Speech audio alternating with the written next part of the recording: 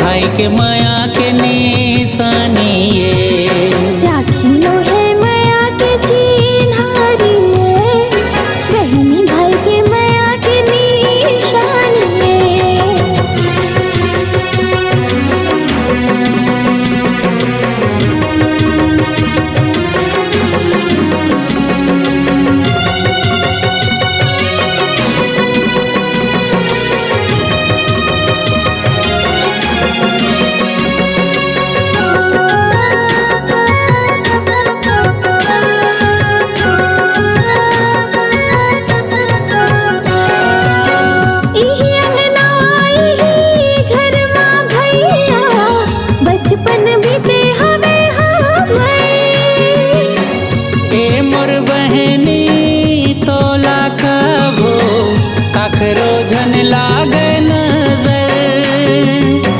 दुख माँ तोर मैं साथ रहूं बहनी, वादा करते तोरे भाई।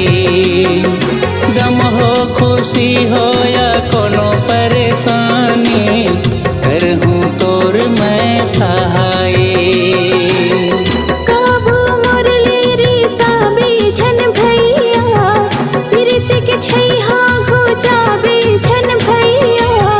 काबू मुरली री साबी झन भैया, पीरित के छैहा घोचा बे झन भैया। आशीष तोरे सदा रहे। राखी नो है माया के चिन्हारी है, बहनी भाई के माया के निशानी है। राखी लो है माया के चिन्हारी है, बहनी भाई के माया के निशानी है।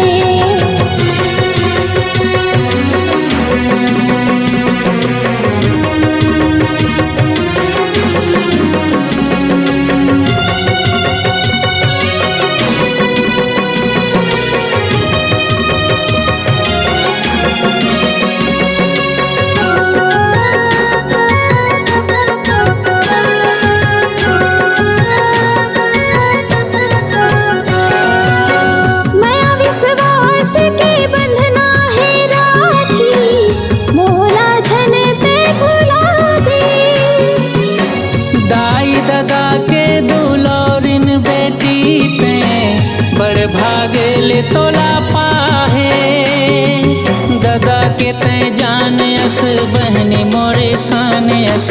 आँखी माँ तोरे आंसू झन आए। दुनिया जहाँ के खुशी मिले तोला बहनी, भाई तोरे करते बस दुआए। काबू मुरली री साबी झन भैया, पीरित के छैहा घोचा बे झन भैया।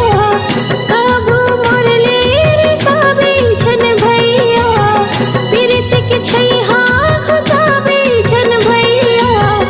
आशीष तोरे सदा रहे। राखी नो है माया के चिन्हारी है, बहनी भाई के माया के निशानी है। राखी लो है माया के चिन्हारी है, बहनी भाई के माया के निशानी है। राखी नो है माया के चिन्हारी है, बहनी भाई के माया के निशानी।